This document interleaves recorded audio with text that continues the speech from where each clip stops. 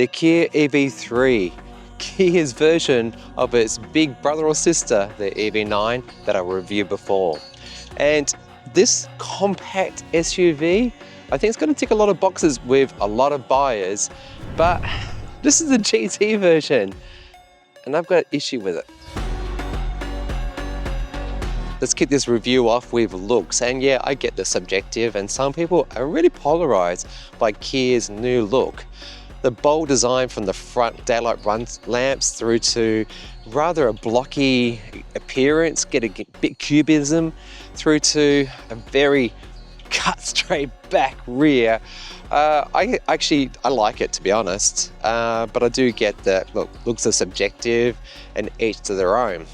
Features here are LED headlights on the GT version, 19-inch wheels, and a recessed wiper that's underneath this lip, which I really do appreciate because it means it's not going to gunk up, and when you wipe when you wipe it's going to not get necessarily more dirty. Yeah, great English, but you get what I mean. One of the issues I have with the EV3, like its bigger brother, the EV5, is this what appears to be walk up unlock. It isn't. It's just saying, I know you're there because you've got your proximity key on you. And right now, I can't open this car.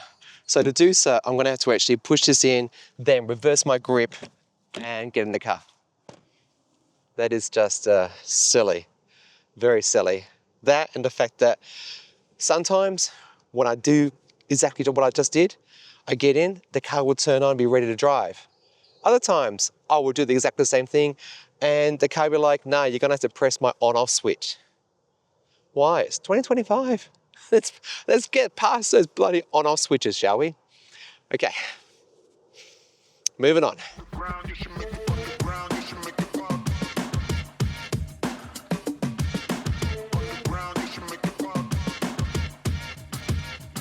Vehicle to load is awesome, isn't it? I love this feature. Anyway, let's talk about color warranty and pricing. The Kia EV3 comes available in 8 different color options, with clear white being included, or any of the others at only $550 each, which is great value.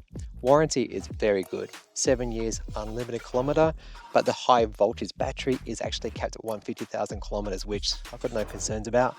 That's basically 10 years of average use for most Aussies, so yeah, don't worry about it. Anyway, pricing, you could get into this in the standard range, the smaller battery version, Air, for a bit under $49,000 drive away in Victoria. That is great value, appreciating that most cars in Australia right now cost $40,000 to $50,000. And I have people ask me about buying a hybrid or plug-in hybrid, and they cost even more than that. Just go for this, for goodness sake. You're going to save yourself a lot of money on fueling and servicing. You could also go for the longer range versions with Air, Earth, and obviously the GT. But here's the thing, right? Once you get past that Earth version, you jump into this GT, you're paying a penalty in a lot of different ways. Extra weight means it's actually slower than the other ones, which doesn't make sense. And for $68,000, yeah, $68,000, you could get a much larger vehicle with more features, faster, better specs, except for really the vehicle to load and the easy entry on the passenger seat. So, would you buy a Model Y? Would you go for the Geely, the D-Powers, the Xpengs? I don't know, there's a good amount of choice out there right now, but I get that for some people, they'd much rather stick with a major brand like Kia. And this is, I think, an attractive offering at some very sharp pricing. Just not this one. There is a fruit or a frunk, whatever the hell you want to call it in Australia. And this is a little bit embarrassing. That is 25 litres, and I think great for takeaway. You're gonna do your charging equipment, if you want to put it in here, a disservice, so do not squish it in here. Plus, because I had to actually open it the old-fashioned way internally, there's nothing through the app, and there's a latch here. I don't think you're ever going to use it, to be honest. Ah well. Thankfully, the boot's actually pretty decent for what is a small compact SUV. And I haven't had much luck lately with this smart open. Like, why? It's supposed to automatically open right now.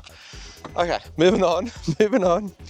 This is 460 litres, and Kia doesn't give us a figure with the seats down, but you know, it's very usable, and I like how you've got this retractable blind that can be removed. You can move this parcel shelf down a level to increase that boot space if you routinely always carry bigger things. You got 3 tether spots, but only 2 outboard ISOFIX points. Subwoofer, a few tie-down spots. And it does have a sub boot where some people might expect a spare tyre, but in this case it's got a tyre repair kit. Also your charging cable and your vehicle to load adapter. And for a small compact SUV, I think this is actually a pretty good boot. One thing that I'm surprised I like is actually the integrated handles up here. Comment below, would they annoy you? I actually think they're good. Don't judge. Let's get inside. Space in the back of the Kia EV3 is okay, really a mixed bag. This passenger seat might well be in my driving position, but this car has got a unique feature with easy entry for the passenger. So that's kind of cool, right? Now look, on a good day, I'm 5'10", and right now I appear to have heaps of room. But I think that is a bit too far forward for my lot. Well, probably definitely too far forward. So this space is probably going to be a lot less. Tucking my toes under there is all right, and headroom, well, it's okay for me, but I think if you're going to be about 6 foot, you're going to have to slouch into this seat to fit into this car comfortably. The power windows are very fast and they go all the way down, so that's awesome. The seat back pockets are excellent. I also love how they've got integrated USB-C sockets here. There's rear vents for the passengers. Pull down armrest with integrated cup holder, bringing the total to 8. These ones are pretty small, but most of the others are actually a reasonable size, like in the doors and also at the front. And under thigh support, I think is pretty good for, again, a small compact SUV. You don't normally expect that because, yeah, they've got to get the battery under the floor, and sometimes there's compromises. And look, I think if you're a couple, you're gonna love this car. Features of the Kia EV3 include not only the easy entry for both driver and passenger, but the 8-way adjustable, and they've got this cute feature that you press this button twice and it goes into this like relaxation mode, which I think is going to be awesome if you're recharging somewhere and you just want to sit back, relax and use your phone and watch one of my videos. Yeah, okay, I said it. Anyway, comfortable seat, well supportive. It's got integrated ventilation as well as heating, which I absolutely love. We've got a generous size glove compartment. There's a lot bigger than the new Tesla Model Y. I should have put that in the last video, by the way, but I forgot. Anyway, material used throughout the car. There's a lot of recycled materials here, like PET, nylons, even rubbish. And you can scan that QR code to find out exactly how they did that. Up top, you've got an infotainment system that's got DAB, FM, AM, Bluetooth, wireless Android Auto, and wireless Apple CarPlay. It's pretty responsive, and I find that most everything works really well. With Kia Connect, that comes free and included with the car for the warranty period of that. So that's very impressive. Like some car makers ask $10 per month for that. So you can look at the weather, you can record voice memos, it integrates, you've got driver profiles, so on and so forth. Plus, this is where you also can control your HVAC system. This screen, I've decided, is definitely annoying because it's blocked by the steering wheel. But at least you can control the fundamentals like the heat up and down and the ventilation, like the fan's speed, just through there. So set it to auto and just use these little toggles. Definitely a lot better. Beneath there, you've got 2 USB sockets. One does data transfer and the other one will power your device, like in a fast charge rather. And next to that, there's a 12-volt socket rated at, get this, 180 watts, which in theory could actually charge 3 laptops at the same time. It's a lot of power. You've got a wireless charging pad that's unique to the GT line, and then to the cup holders, like I mentioned, and a cubby hole, which I would much rather see a closed space. Coming above there, there's a pull-out bench with some driver buttons, but if you were parked and having that bit of a rest or doing some work, say, you could put a laptop on here and make some notes. I could never see anyone doing that, could you? Is this maybe just a bit of a gimmick that no one ever used? Comment below, and whilst you're there, subscribe. That would really help out the channel. Thanks so much.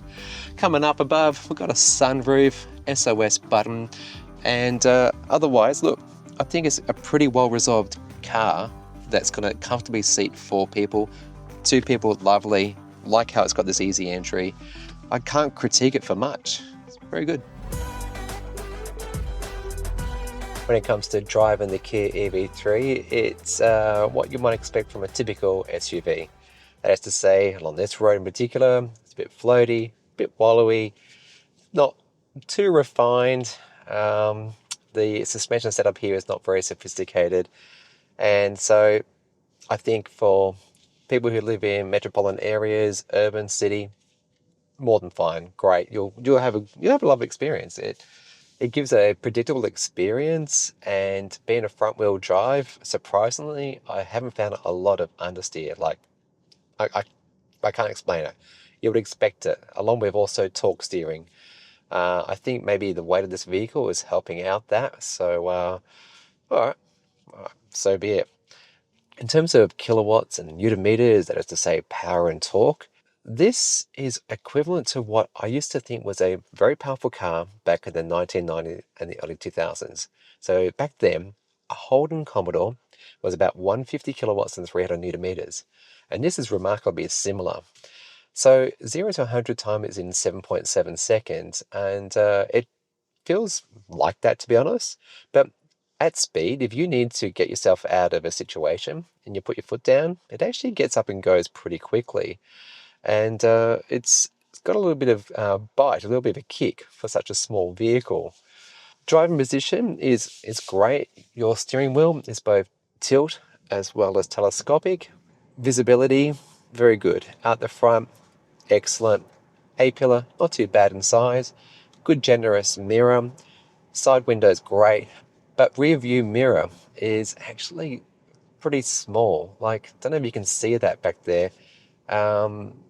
It's akin to the new Model Y. So I said that was small and a little bit difficult. And there's no camera here, so I can't actually use a live camera feed out the back. It does have a rear camera there, only rear camera by the way, but we'll get to that in a minute. So it's okay. It's only just adequate.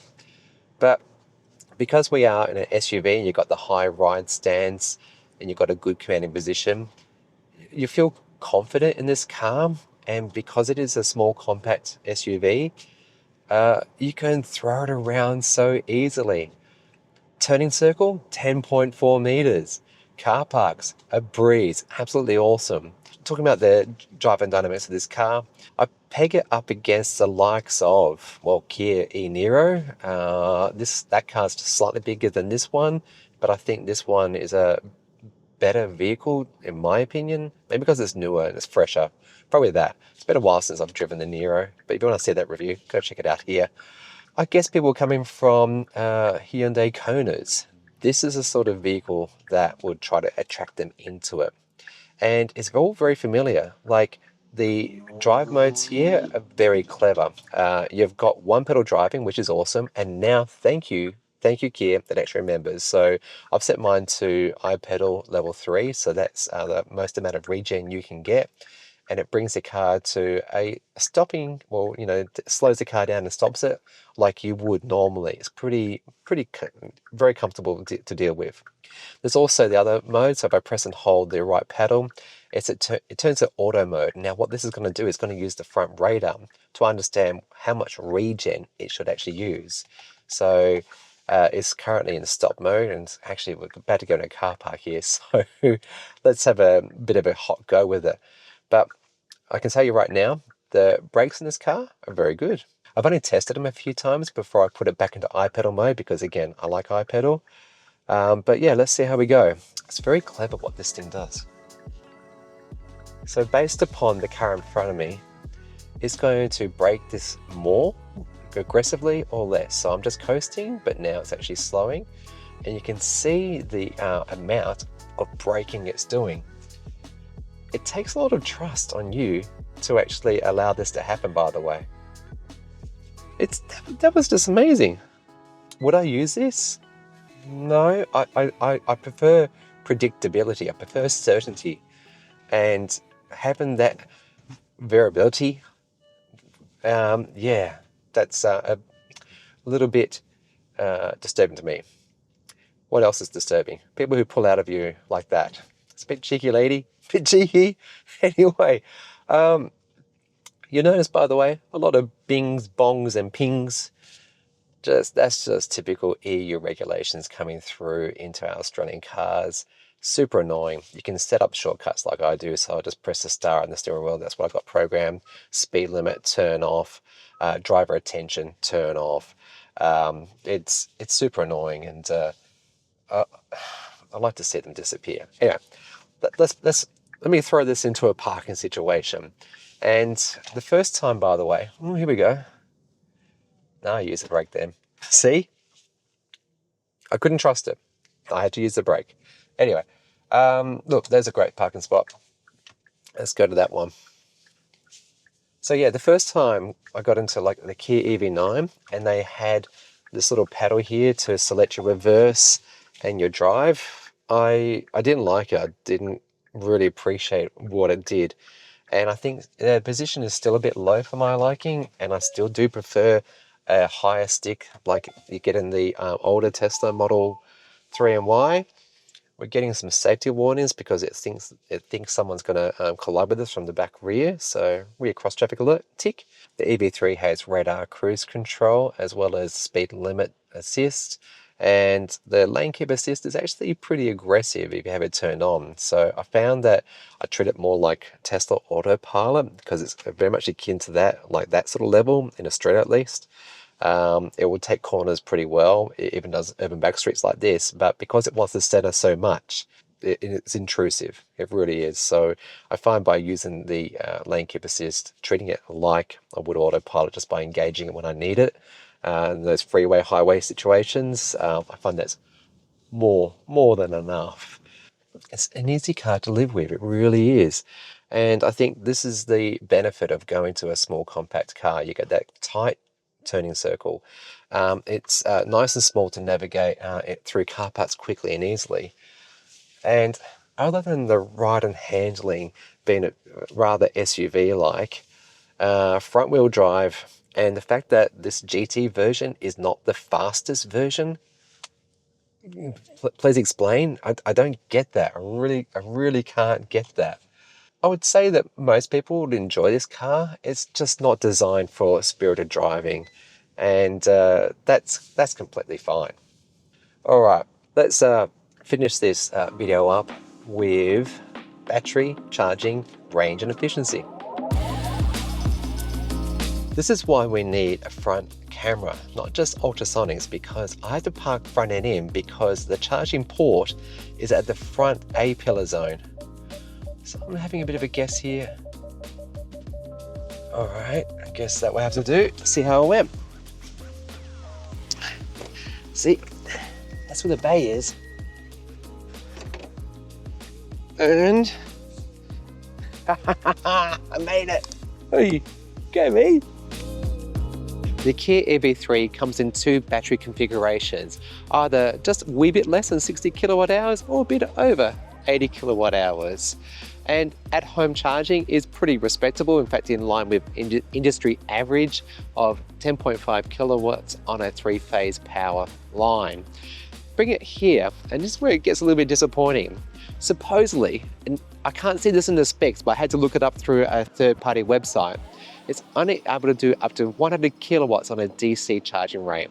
So Kia quotes from 10 to 80% in 31 minutes, which, I don't know, that's with a big battery like that, maybe that 100 kilowatts is incorrect. I'm not very sure, but I wish they would be a bit more honest and open about what the actual charging ability of this car is, because it's built on the 400 volt architecture, so you can't do that crazy 10 to 80% in 17 minutes like you can on the EV6 and on the EV9. All right, I get it. It's a budget-friendly car, but this is the GT line, so I definitely would expect faster charging. By the way, I forgot to mention having the GT line, you get a heads-up display, which I really do like. It shows you information like blind spot warnings, what music you're playing, next direction for your turns, and obviously your current speed. So very good, excellent, love it. Anyway, finishing off this review, let's talk about what you can expect in terms of real-world range. Now, Kia will claim anything between like 430 something up to 563 kilometers of range, depending on the battery type you get. Now, in the week I've spent with this car, surprisingly, I've been able to get this, up to 510 kilometers of range. Now, this has been a week where I've done mainly urban driving, going to and from work and just filming a review for this. So working out at 15.9 kilowatts per 100 Ks. That number is kind of tainted, by the way, because I let the car turned on when I'm doing filming bits like this. So yeah, you can expect a bit better, and it's almost in line with what Kia is suggesting. Now remember, no car will ever give you its claimed range, okay?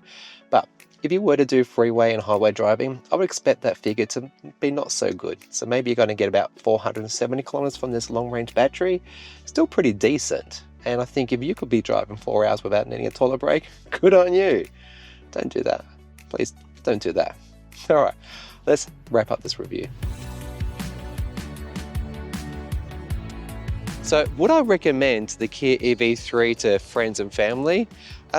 Yes, pretty much. But you've got to go for the entry-level spec version, not the GT, because when you're spending that sort of coin, the compromises that I detailed in this review don't seem to make sense. And I would then recommend you may as well just jump in a Model Y or one of the other sort of pseudo luxury, but not luxury, Chinese cars like D-Power or Xpeng. There's a great amount of choice out there, but I think if you want a great warranty, it's a pretty good car. It's great for city run-around types. Yeah, I get its appeal. It's been fun using it. I like small compact SUVs. Easy to park, easy to do U-turns with, you name it. It's just, it's a surprising vehicle. And I didn't think I like it as much as I did. I can't justify that price when you go to the GT version.